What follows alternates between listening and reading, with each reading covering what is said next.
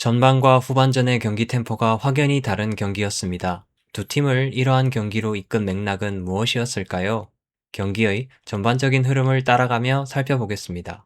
전반전, 토트넘은 메뉴의 단단한 5-2-3 수비 대형을 무너뜨리기 위해 스펜스의 오버래핑으로 형성된 3-2-5 대형으로 맞섰습니다. 중앙보다 상대적으로 넓은 측면을 활용하는 길이 편해 보였는데요. 메뉴는 상대의 측면 빌드업에 맞서 공미와 윙백이 상대 마크맨과의 적정한 압박거리를 유지하며 측면 압박 트랩을 준비해 놓은 상황이었습니다. 따라서 토트넘은 중앙 수적 우위를 이용해 중앙을 통한 빌드업을 시도했습니다. 시몬스의 적극적인 빌드업 가담 움직임으로 상대의 마크맨 루크쇼를 끌어당겨 상대 5백 수비 라인의 균열을 만들고 하프 스페이스에서 패스를 받아 리턴 패스로 정면을 보는 동료를 만들어 압박하러 나온 센터백의 뒷공간 공략을 시도하거나 팔리냐, 포로, 시몬스, 존슨의 로테이션을 기반으로 히샬리송을 통해 정면을 보는 동료를 만들어 한 측면으로 공을 전달하고 이에 따라 상대 수비 대형이 해당 측면으로 쏠리면서 낮아질 때 빠른 반대 전환을 통해서 측면 크로스 공격을 시도했지만 메뉴 센터백들은 자신의 뒷공간을 쉽게 허용하지 않았고 상대의 측면 크로스 공격 또한 페널티 박스 안에서 수적 우위를 기반으로 공중볼 경합에 강점이 있는 맥과이어와 더 리우트가 단단히 골문을 지켰습니다. 이처럼 메뉴의 5-2-3 수비 대형은 상대의 하프 스페이스 공략과 크로스 공격을 수비하는 것에 강점이 있지만 상대의 빌드업 성공에 따라 수비 대형이 내려앉게 되면 지속적인 크로스 공격에 노출될 수 있고 공중볼과 세컨드볼 경합으로 볼 소유권을 되찾더라도 상대의 역압박으로 볼 점유를 상대에게 내어줘야 하는 약점이 있습니다. 또한 상대의 간편한 반대 전환에 선수들의 체력 부담도 누적됩니다. 따라서 메뉴도 주저앉지 않기 위해 밀어내기 압박을 시도하게 됩니다. 메뉴의 5-2-3 대형은 매우 직관적으로 상대 3-2-5 대형의 1대1 압박을 시도할 수 있는데요. 덕분에 쿠냐를 압박 선봉장으로 밀어내기 압박을 조직적으로 수행할 수 있었습니다.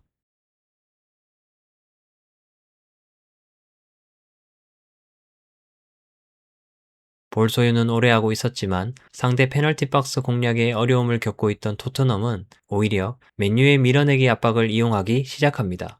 일반적으로 상대를 압박할 경우 최후방 수비 라인도 함께 끌어올리면서 라인 사이의 공간을 최소화하여 압박 과정에서 벌어진 간격으로 시도되는 상대의 패스에 철저히 대비하는데요.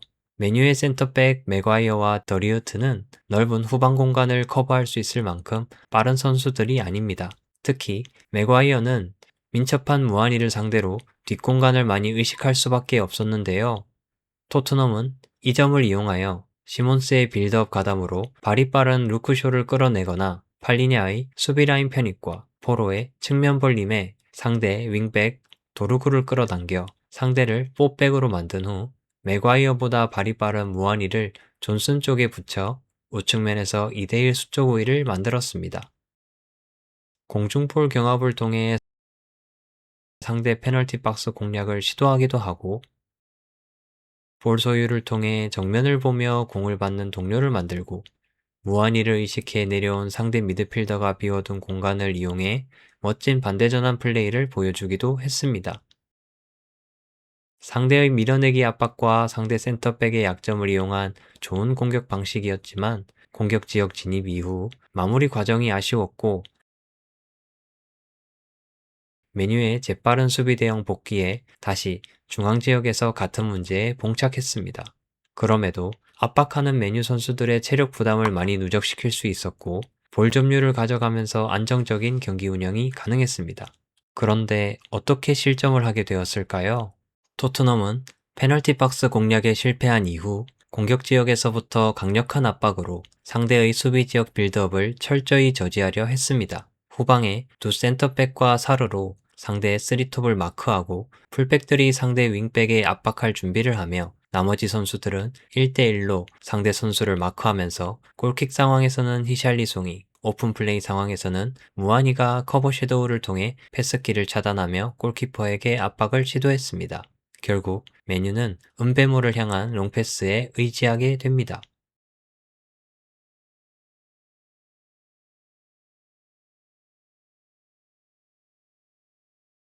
메뉴는 중앙 지역에서 토트넘의 4-4-2 수비 대형에 대항하여 3-4-3 대형을 기반으로 은베모와 아마드가 빌드업에 관여하여 상대 2명의 미드필더를 상대로 수적 우위를 형성하여 중앙을 통해 빌드업을 시도하는데요.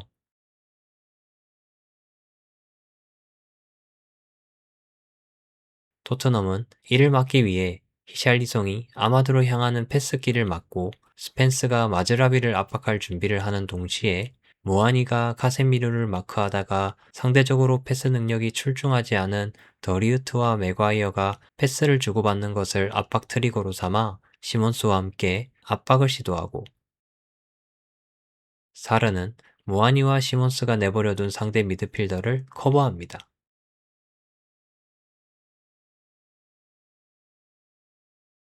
이러한 수비 방식은 메뉴의 우측면 패스 옵션을 효과적으로 차단하며 상대를 밀어내는 데 성공했는데요. 문제는 좌측면에서 발생합니다. 좌측면에서는 루크쇼를 존슨이 압박하러 갈 수밖에 없고, 동시에 포로가 도르그를 막으러 가야 하는 상황에서 팔리냐가 은베모를 향한 패스기를 차단하게 되는데요. 우측면과 다르게 여기서는 포로가 비운 뒷공간으로 롱패스를 넣어주게 됩니다. 우측면에서는 뒷공간 커버의 제왕 반더벤이 있어서 시도하기 어려웠던 뒷공간 롱패스를 로메로를 상대로는 은베모가 경쟁력을 가질 수 있던 것입니다. 물론 킥력이 있는 루크쇼의 지분도 있습니다. 결국 포로가 압박을 나가는 상황에서는 팔리냐가 은베모를 뒤에서 막게 되면서 루크쇼에서 은베모를 향한 패스길이 열리게 됩니다. 반대로 포로가 은베모를 마크하고 팔리냐가 도르구를 막으러 갈 때에도 은베모를 향한 패스길은 그대로 열리게 됩니다. 메뉴는 이 상황을 이용해 쿠냐를 빌드업에 가담시키기 시작합니다. 쿠냐의 빌드업 가담으로 형성된 좌측면 수적 우위로 인해 팔리냐는 도르구와 쿠냐를 동시에 막아야 되는 상황에 놓이게 됩니다. 쿠냐를 향한 패스길을 차단하지 않으면 페르난데스 또는 카세미르가 정면을 보며 패스를 받기 때문에 팔리냐는 쿠냐의 패스키를 차단했고, 최종적으로 도르구가 프리해지면서 3자 연계를 통해 상대 뒷공간을 공략하려 했습니다.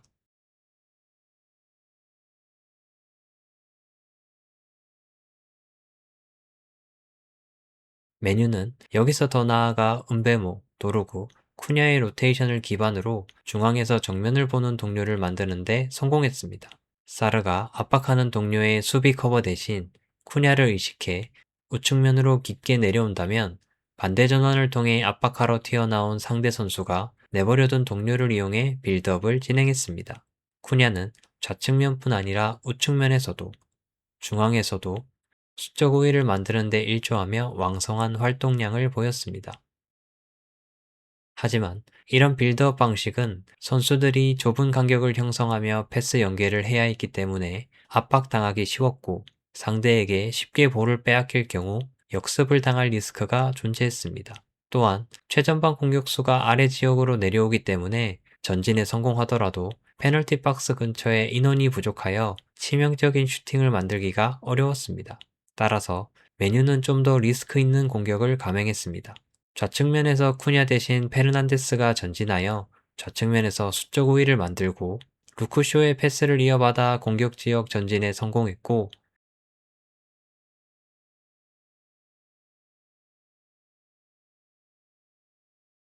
토트넘의 안일한 클리어링과 측면 윙백들의 적극적인 오버래핑으로 상대 풀백이 쉽게 덤비지 못하는 상황에서 정교한 크로스가 은베모에 연결되면서 선제골이 만들어집니다.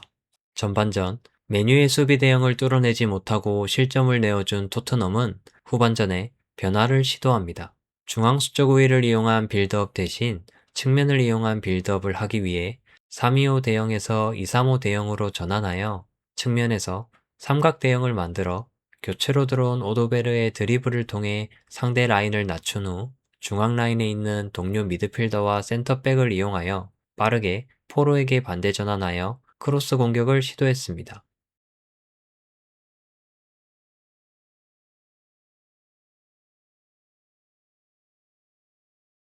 그리고 상대가 페널티 박스로 내려선 정도에 따라 미드필더들을 상대 수비 라인과 중앙 라인 사이 공간으로 올리고 크로스가 시도되는 타이밍에는 박스 안으로 침투시켜 공중볼 경합 승리 확률을 높였는데요.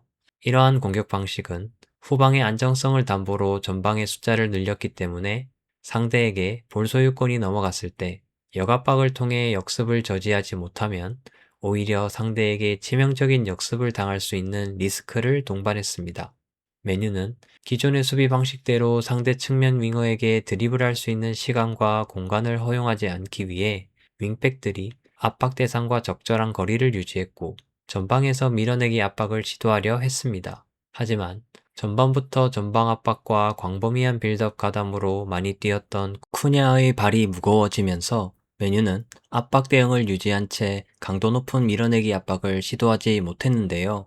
이 틈에 토트넘은 상대의 압박을 위한 전진 움직임으로 벌어진 수비 라인과 중앙 라인 사이의 공간에 로메로가 정교한 패스를 집어넣으며 상대의 압박 대응에 오작동을 역이용하려 했습니다. 상대에게 공을 빼앗기더라도 역압박을 통해 즉시 공을 찾아내면서 상대를 주저앉히고 공격을 시도했는데요. 메뉴는 결국 세슈코를 투입하며 압박 선봉장 자리의 체력을 보강했습니다. 기동력을 되찾은 메뉴의 밀어내기 압박이 재가동하며 두 팀의 중앙 주도권 싸움이 본격적으로 다시 시작됐습니다.